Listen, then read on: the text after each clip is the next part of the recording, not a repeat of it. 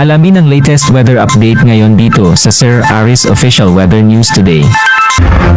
Narito nga ang pinakahuling satellite image natin kung saan yung minomonitor nga nating low pressure area kanina alas 3 ng hapon nasa layong 215 kilometers silangan ng Baler, Aurora. Etong low pressure area na ito, in the next 24 hours, mababa ang tsansa na maging isang ganap na bagyo, pero after 24 hours, doon na mas nag-increase yung probability ng LPA na ito na maging isang ganap na bagyo. Nakita nga rin natin na itong low pressure area ay posible ngang tumawid ng ating landmass, at pag ito ay nasa may West Philippine Sea na, nandoon na nga yung tsansa na ito ay maging isang ganap na bagyo. Pero nakikita natin or kaya patuloy pa rin tayo mag-antabay sa mga ilalabas na update ng Pag-asa.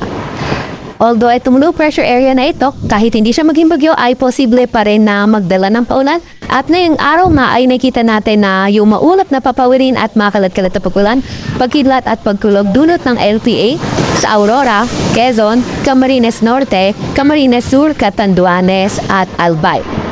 Samantalang yung ating southwest monsoon naman o habagat nakaka-apekto pa rin sa southern Luzon, Visayas at sa may Mindanao area. So inaasahan nga natin na sa western sections na to ay posible pa rin yung maulap na papawirin at makalat-kalat na pagkulan, pagkidlat at pagkulog, particularly na nga sa central Luzon, sa may Bicol region, sa may Mimaropa, sa may Calabarzon, Visayas at sa may Zamboanga Peninsula. Nakita natin yung mga mas malakas na mga pagkulan dulot ng habagat sa may Zambales, sa may Bataan, sa may Cavite, Batangas, Occidental Mindoro, Palawan, pati na rin sa may Antique.